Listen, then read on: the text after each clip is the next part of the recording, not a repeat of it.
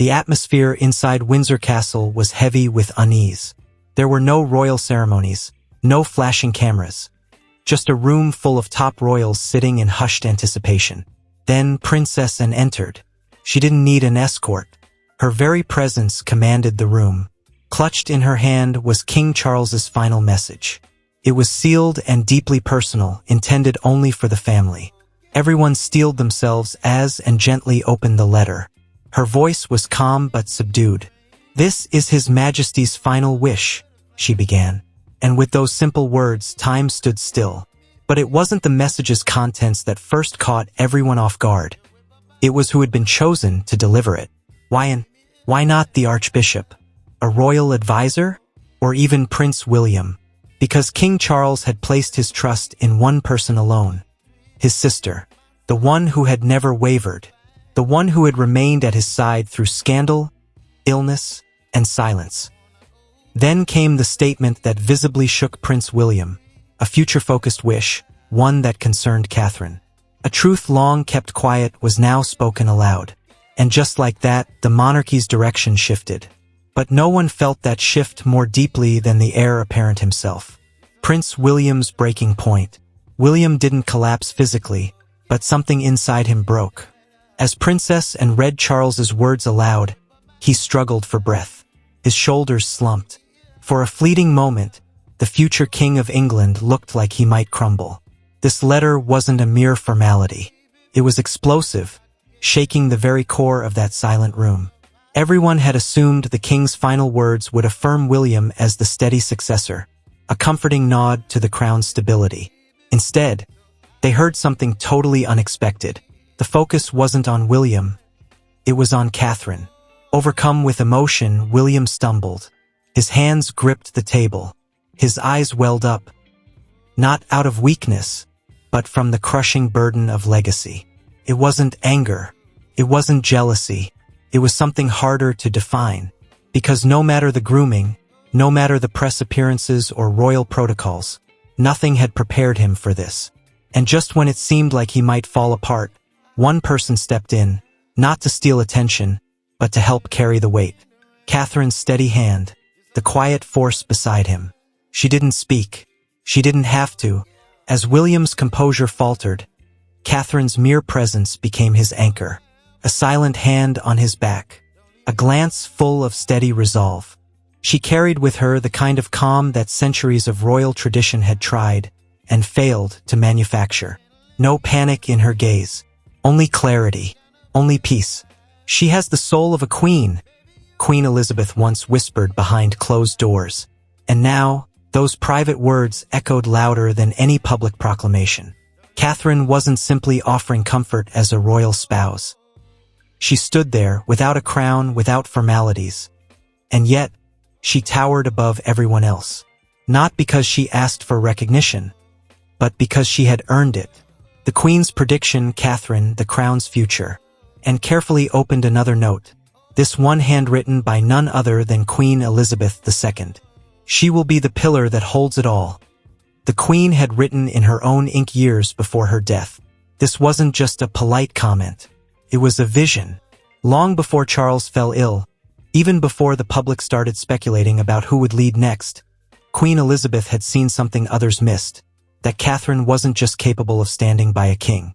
She was being quietly prepared to become the crown's future. This wasn't favoritism. It was foresight. When traditions felt outdated, Catherine adapted. When the weight of duty became heavy, she carried it with grace. And when the family fractured under scandal, she held them together. Not through headlines, but through quiet dignity. "She was made for this," Anne said softly, looking straight at Catherine, not William. And as that truth began to sink in, another question surfaced. Who had the courage to bring it into the open? Princess Anne's loyalty, a sister's sacred promise. Princess Anne stood tall, posture firm, eyes sharp. Not like a messenger, more like a guardian.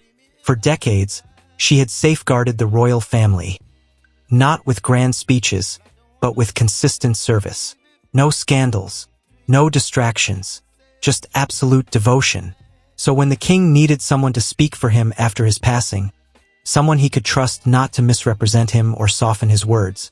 He turned to Anne, not to Charles, not to William, but Anne. And that choice all by itself sent a clear message. I carried it because I was asked, Anne said with strength. But I spoke it because I believe in it. Her delivery wasn't theatrical. It was powerful in its simplicity. And maybe that's what made it impossible to ignore.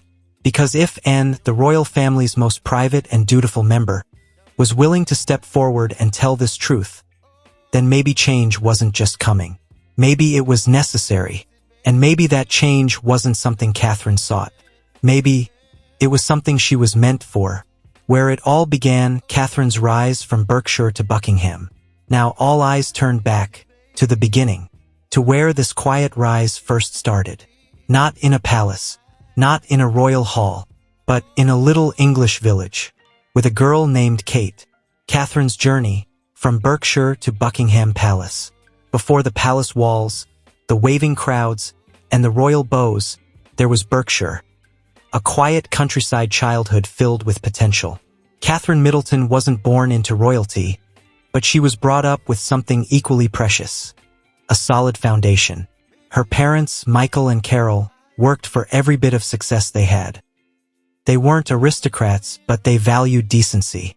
They taught Catherine how to be resilient, how to listen, how to stay grounded. Traits that would later set her apart from anyone the royal family had ever welcomed. She later attended Marlborough College, where her quiet discipline became noticeable. But it was at the University of St. Andrews where destiny shifted. That's where she met Prince William, not as a prince, but as a peer. They started as classmates, then friends, and slowly something more. Catherine didn't fall for the throne. She wasn't after a title. She stood by William through breakups, relentless media pressure, and prying eyes.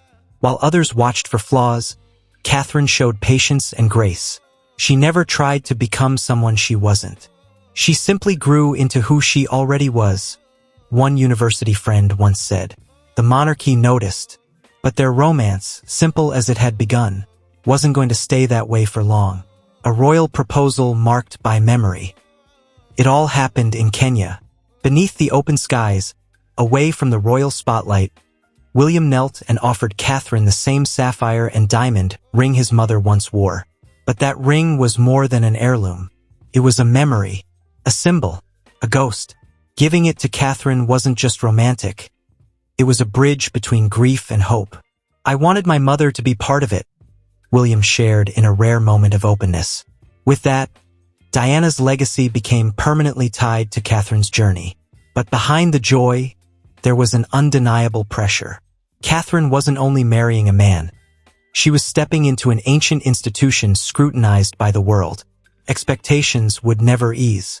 Comparisons would be endless. Yet she said yes, not for the fame or the glamour, but because she believed in William and the duty they would face as a team. The wedding that captured the world. April 29, 2011. A date carved into the minds of millions. This wasn't just a royal wedding. It was the royal wedding of an entire generation. Streets overflowed with flags. Crowds packed every stretch from Buckingham Palace to Westminster Abbey. Bells rang out across cities. Over 2 billion people tuned in around the globe, from London to Lagos, New York to New Delhi. It was more than a celebration. It was tradition and unity on display. But at the heart of it all was something far more powerful than ceremony. A love story. Catherine Middleton, the girl from Berkshire who once stood in school lunch lines like every other kid, entered Westminster Abbey not as a princess, but as herself. No crown. No title, just elegance.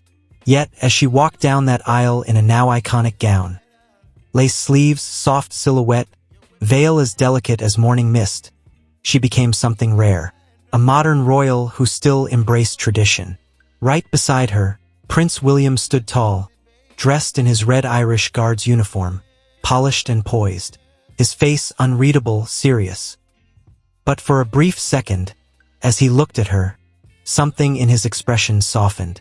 He didn't just see his bride, he saw his future. The cameras captured all the grandeur. Carriages, choirs, processions, and roaring applause. But what many didn't catch was the look in Catherine's eyes. No panic, no hesitation, not even surprise. She was calm, collected, focused. She fit the role, not because she was pretending, but because she had prepared for it. Years of quiet learning, adapting to a life constantly watched, and holding herself with composure even when tested by the press. It all led to this day. She understands the weight of it. One palace insider reportedly whispered, but she carries it without complaint. And from that moment on, Catherine Middleton wasn't just the girl next door. She was now Her Royal Highness, the Duchess of Cambridge, a working royal, public figure, and the woman who, one day, would help carry the crown itself. The fairy tale that didn't fade reality after the royal wedding. But after the iconic kiss on the palace balcony, the fairy tale didn't dissolve into sparkles and dreams. What followed wasn't a life of gowns and glittering galas.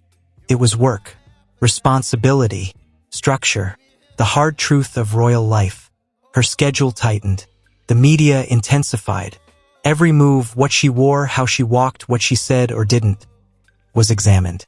Behind the scenes, there were moments of exhaustion, of uncertainty, of overwhelming pressure. But she never gave in. That wedding had not been the end of a fairy tale. It was the beginning of a lifetime partnership under constant scrutiny. And now, as history shows, it was just the first chapter in Catherine's evolution. Not into royalty alone, but into leadership. Because far beyond the tiaras and the titles, the real test was still to come. Cancer, courage, and the crown. March 22, 2024. A bench in Windsor. A video. No script. No filters. Catherine sat beneath a gray sky, looked directly into the camera, and said 4 words. I have cancer. Her voice was gentle, steady, but the world stopped. It hit like thunder, not because she was a royal, but because she was the strong one. The constant. The woman who never wavered. But she didn't run from it. She didn't hide. She didn't sugarcoat it. She spoke not to gain sympathy, but to create understanding. To connect with every parent, every child, every spouse who had walked that path. She asked for space, for time, for hope. And what came next was a wave of support like the monarchy hadn't seen in decades. Letters, flowers, messages from around the globe. She's the heart of the nation, one supporter wrote. And when she suffers, we all feel it. But in the midst of her illness, something became clearer than ever before. Catherine wasn't defined by a title. She was defined by character. And that strength of character would soon be spotlighted again. Not by her husband, not by her doctors, but by a woman who had lived her whole life inside the royal circle. Queen Elizabeth's hidden words, Anne's revelation. As the room continued to absorb the shock of King Charles's final request, Princess Anne reached into her coat and pulled out a second letter. Its paper was slightly yellowed with age, unmistakably written in Queen Elizabeth's signature looping handwriting. This wasn't a message meant for public protocol. It was written for understanding. She saw through appearances, and said softly, she didn't see the Duchess of Cambridge. She saw Catherine. The letter recounted private conversations between Elizabeth and Anne during the Queen's final months. Quiet reflections and insights passed down not in official speeches, but in whispers. She has the mind of a queen, the Queen had written, and the heart of one, too. It had nothing to do with bloodlines, nothing to do with royal laws. It was about instinct. And Queen Elizabeth, who had reigned longer than any monarch in British history, had trusted her instincts above all. Now, Anne was making sure those final truths wouldn't be buried with the crown. Because one reality was becoming undeniable. Catherine wasn't just part of the monarchy's future. She might be the one to save it, leading a kingdom in crisis. As Anne's words echoed through the chamber like distant thunder, every eye turned toward Prince William. He didn't speak. He didn't move. He stood frozen, lips pressed into a tight line, shoulders rigid. The weight of legacy and expectation was crushing. And at that moment, the future king didn't look majestic. He looked human, torn between what was and what must come next. This moment wasn't just about his father's dying wish. It was about the future, Because William wasn't simply a mourning son. He was the monarch in waiting, the heir to a throne that was no longer blindly adored, but constantly questioned. The image of royalty had lost its shine, dimmed by controversy, divided opinions, and a rapidly evolving world. The royal family William had been born into was no longer the one he was preparing to lead. His brother Harry, once his closest companion, was now emotionally and physically distant, living halfway across the world. Their bond fractured under the pressure of public scandals, personal differences, and choices that couldn't be reversed. Then came Meghan's bombshell interviews, revelations that shook the institution. Her words echoed across television screens and newspaper headlines, painting a portrait of the monarchy that many either no longer recognized or no longer wanted to defend. And lurking in the shadows was Prince Andrew, a royal scandal that cast a long, dark cloud over the entire family. His actions didn't just spark personal shame. They triggered public outrage. They exposed cracks in the monarchy's core, raising questions about privilege, justice, and the institution's place in a modern world. William was aware of all of it. Every story, every rumor, every slip in public trust. Now, with King Charles gone and Catherine's health quietly casting a shadow, he stood at the center of a storm, a moment loaded with responsibility, uncertainty, and quiet fear. Yes, he still had Catherine, his unwavering partner, but even she was no longer shielded. Her role had grown more intense, her spotlight brighter than ever, especially now, with the king's final message practically naming her the monarchy's guiding conscience. And William? He was caught between two forces, between the weight of ancient tradition and the urgent demand for modern reinvention, between a crown built on control and a world that now needed empathy, transparency, and change. As he stood there in that silent palace room, one truth rang louder than all others.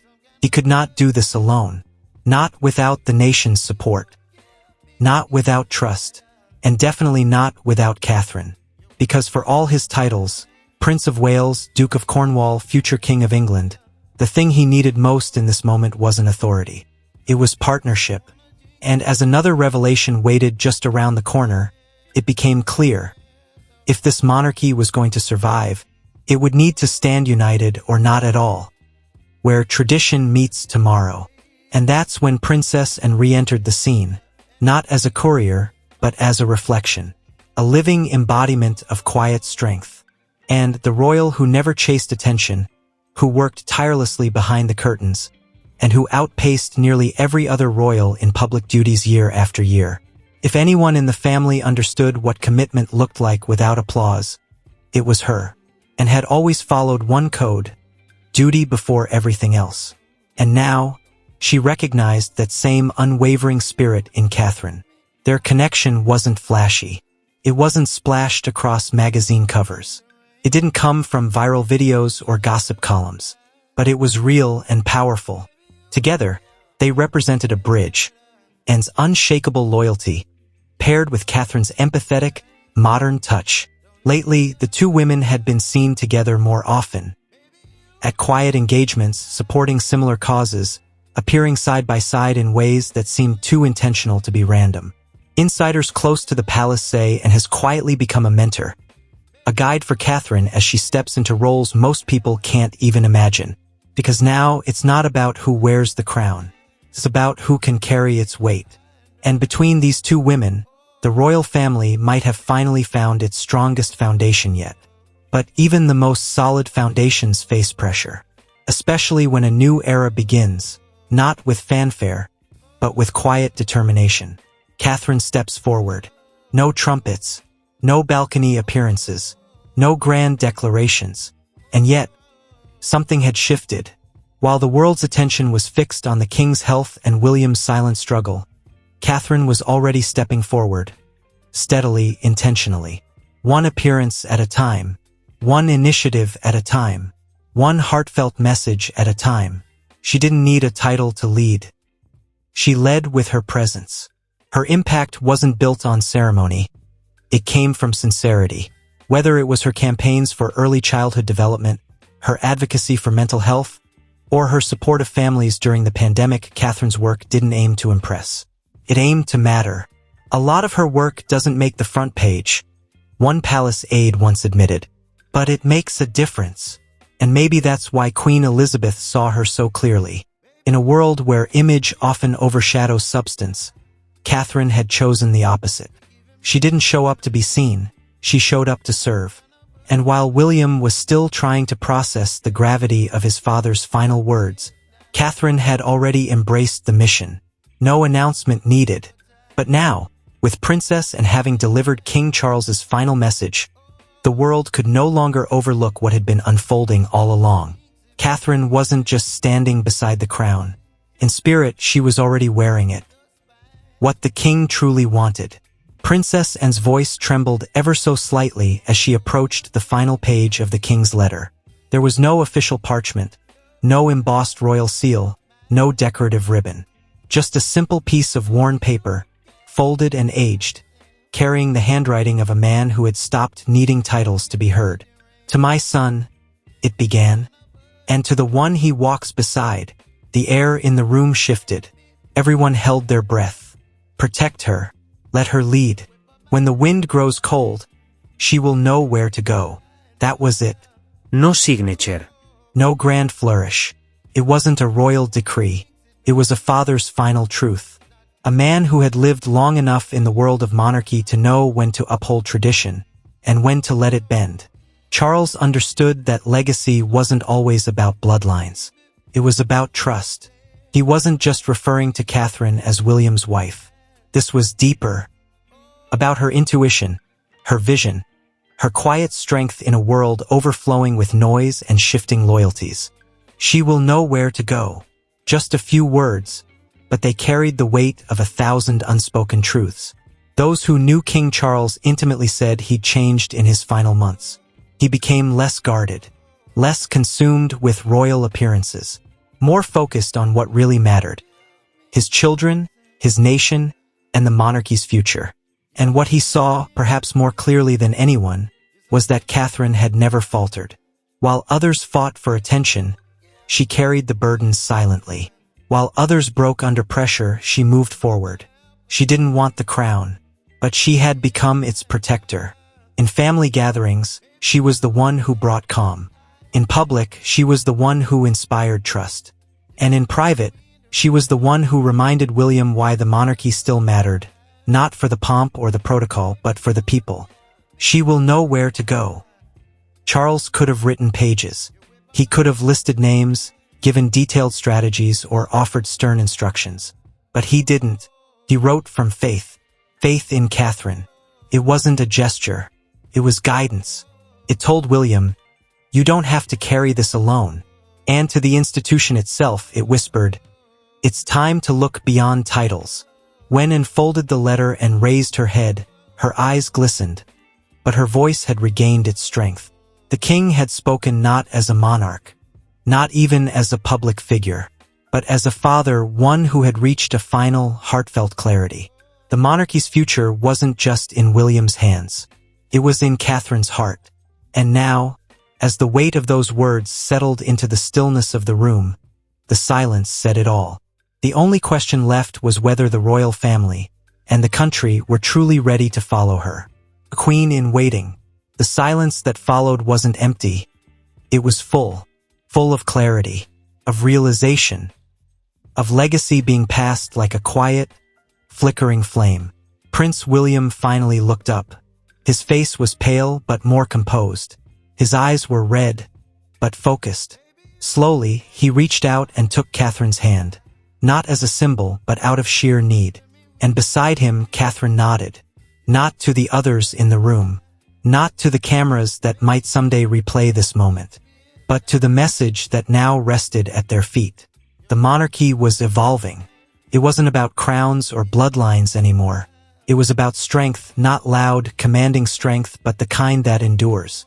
Gentle, steady, unshakable. And now, everyone in the room finally understood. That strength had always come from Catherine. Let her lead. The king had written, not if, not when, let. And so the monarchy continues, not in spectacle but in spirit. In the hands of a woman raised in Berkshire, embraced by a nation, and now spoken of in the same breath as queens past. Will the world accept a future where tradition bends in favor of empathy? We may not have the full answer yet, but one thing is now undeniable. The Queen is watching, and her name is Catherine.